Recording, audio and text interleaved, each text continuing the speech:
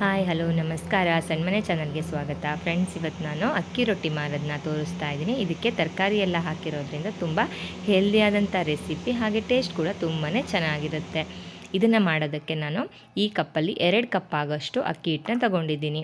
ಹಾಗೆ 1 ಕ್ಯಾರೆಟ್ನ ಚಿಕ್ಕದಾಗಿ ಕಟ್ ಮಾಡಿಟ್ಕೊಂಡಿದ್ದೀನಿ. ಹಾಗೆ ಈರುಳ್ಳಿನೂ 1 ದೊಡ್ಡ ಈರುಳ್ಳಿ, ಹಾಗೆ ರುಚಿಗೆ ತಕ್ಕಷ್ಟು ಉಪ್ಪು, ಸ್ವಲ್ಪ ಶುಂಠಿನ ತುರಿದಿಟ್ಕೊಂಡಿದ್ದೀನಿ, ಸಬ್ಬಸಿಗೆ ಸೊಪ್ಪು, ಅರ್ಧ ಸೌತೆಕಾಯಿನ ಚಿಕ್ಕದಾಗಿ ತುರಿದಿಟ್ಕೊಂಡಿದ್ದೀನಿ. ಹಾಗೆ ಹಸಿಮೆಣಸಿನ್ಕಾಯಿ, ಕರಿಬೇವಿನ ಸೊಪ್ಪು, ಕೊತ್ತಂಬರಿ ಸೊಪ್ಪು, ಹಾಗೆ ಸ್ವಲ್ಪ ಜೀರಿಗೆನೂ ಹಾಕ್ಕೊಳ್ತಾ ಇದ್ದೀನಿ. ನೀರನ್ನು ನೀವು ನೋಡಿಕೊಂಡು ಅದಕ್ಕೆ ಬೇಕಾದಷ್ಟು ಕಲಿಸುವಾಗ ಸ್ವಲ್ಪನೇ ಹಾಕ್ಕೊಂಡು ಕಲಿಸ್ಕೋಬೇಕಾಗತ್ತೆ.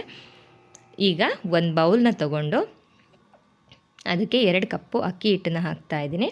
ಹಾಗೆ ತುರಿದಿಟ್ಕೊಂಡಿರುವ ತರಕಾರಿಗಳು, ರುಚಿಗೆ ತಕ್ಕಷ್ಟು ಉಪ್ಪು ಎಲ್ಲದನ್ನು ಹಾಕ್ಕೋಬೇಕು. ನೋಡಿ, ಇಲ್ಲಿ ಎಲ್ಲ ತರಕಾರಿ ಹಾಕಿ ಚೆನ್ನಾಗಿ ಮಿಕ್ಸ್ ಮಾಡ್ಕೋಬೇಕು. ಇದು ಸೌತೆಕಾಯಿ ಮತ್ತು ಈರುಳ್ಳಿ ನೀರಿನಂಶ ಇರೋದ್ರಿಂದ ಮೊದಲೇ ಸ್ವಲ್ಪ ನೀವು ಹಿಟ್ಟಿನ ಜೊತೆಗೆ ಚೆನ್ನಾಗಿ ಕಲಿಸ್ಕೊಂಡ್ರೆ ಹಿಟ್ಟೆಲ್ಲ ಹಿಡ್ಕೊಳ್ಳುತ್ತೆ. ನೋಡಿ, ಇಲ್ಲಿ ಚೆನ್ನಾಗಿ ಮಿಕ್ಸ್ ಮಾಡಿಕೊಂಡು ನೆಕ್ಸ್ಟ್ ಇದಕ್ಕೆ ನೀರನ್ನು ನೋಡಿಕೊಂಡು ಹಾಕ್ಕೊಳ್ತಾ ಇದ್ದೀನಿ. ಇವಾಗ ಇದನ್ನು ಮತ್ತೆ ಕಲಿಸ್ಕೊಳ್ಳಿ. ನೋಡಿ, ಈ ಹದಕ್ಕೆ ನಾನು ಕಲಿಸ್ಕೊಂಡಿದ್ದೀನಿ, ಕೈಗೆ ಅಂಟ್ತಾ ಇಲ್ಲ, ತುಂಬ ಚೆನ್ನಾಗಿ ಹಿಟ್ಟು ನಾದ್ಕೊಂಡಾಗಿದೆ. ತುಂಬ ನೀರಿದ್ರೂ ಚೆನ್ನಾಗಾಗಲ್ಲ, ಈ ಹದಕ್ಕಿದ್ರೆ ಚೆನ್ನಾಗಾಗುತ್ತೆ. ಈಗ ಒಂದು ಬಟರ್ ಪೇಪರ್ ತೊಗೊಂಡು ಅದಕ್ಕೆ ಸ್ವಲ್ಪ ಎಣ್ಣೆನ ಸವರ್ಕೋತಾ ಇದ್ದೀನಿ. ನೀವಿಲ್ಲಿ ಬಟರ್ ಪೇಪರ್ ಬದಲಿಗೆ ಬಾಳೆ ಎಲೆನೂ ಬೇಕಾದರೆ ತೊಗೋಬೋದು, ಅದು ಫ್ಲೇವರ್ ತುಂಬಾ ಚೆನ್ನಾಗಿರುತ್ತೆ. ನೋಡಿ, ಇಲ್ಲಿ ಕೈಗೆ ಸ್ವಲ್ಪ ಎಣ್ಣೆ ಸವರ್ಕೊಂಡು ಈ ಥರ ತಟ್ಕೊಂಡ್ರೆ ಆಯಿತು. ತುಂಬ ಈಸಿಯಾಗಿ ಬರ್ತದೆ. ನಿಮಗೆ ದಪ್ಪ ಬೇಕು ಅಂದರೆ ದಪ್ಪ, ಇಲ್ಲ ತೆಳ್ಳಗೆ ಬೇಕಂದರೆ ಎಷ್ಟು ತೆಳ್ಳಗೆ ಬೇಕಾದರೂ ಮಾಡ್ಕೋಬೋದು. ತುಂಬ ಈಸಿಯಾಗಿ ಬರುತ್ತೆ. ನೋಡಿ, ಈ ಥರ ತಟ್ಕೋಬೇಕು.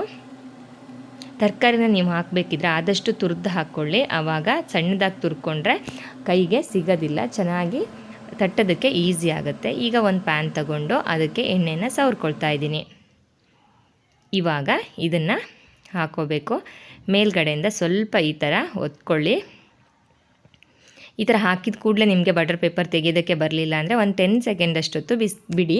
ಅದು ಬಿಸಿ ಆಗುತ್ತಲ್ಲ, ಆವಾಗ ಪೇಪರು ತಾನೇ ಬಿಟ್ಕೊಳ್ಳುತ್ತೆ. ನೋಡಿ, ಇಲ್ಲಿ ಚೆನ್ನಾಗಿ ಬರ್ತಾ ಇದೆ, ಎಲ್ಲೂ ಅಂಟ್ಕೋತಾ ಇಲ್ಲ. ಇವಾಗ ಮೀಡಿಯಮ್ ಫ್ಲೇಮಲ್ಲಿ ಇದನ್ನು ಬೇಯಿಸ್ಕೊಳ್ಳಿ. ಇದ್ರ ಮೇಲ್ಗಡೆ ಸ್ವಲ್ಪ ಎಣ್ಣೆ ಸವರ್ಕೊಳ್ಳಿ. ಇದನ್ನು ಜಾಸ್ತಿ ಬೇಯಿಸಿದ್ರೆ ಇದು ಗಟ್ಟಿ ಆಗುತ್ತೆ, ಅದು ಹದವಾಗಿ ಬೇಯೋ ಥರ ಒಂದು ಸೈಡಲ್ಲಿ ಬೇಯಿಸ್ಕೊಳ್ಳಿ.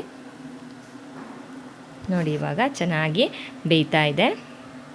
ನೆಕ್ಸ್ಟ್ ಇದನ್ನು ಮತ್ತೆ ತಿರುವಿ ಹಾಕಿ ಇನ್ನೊಂದು ಕಡೆ ಕೂಡ ಬೇಯಿಸ್ಕೊಳ್ಳಿ. ಈ ಥರ ಮಾಡೋದ್ರಿಂದ ತುಂಬ ತೆಳ್ಳಗೆ ಸಾಫ್ಟಾಗಿ ಬರುತ್ತೆ. ನೋಡಿ, ಇವಾಗ 2 ಕಡೆಯಲ್ಲೂ ಚೆನ್ನಾಗಿ ಬೆಂದಿದೆ. ಇವಾಗ ಇದನ್ನು ತೆಕ್ಕೊಳ್ತಾ ಇದ್ದೀನಿ.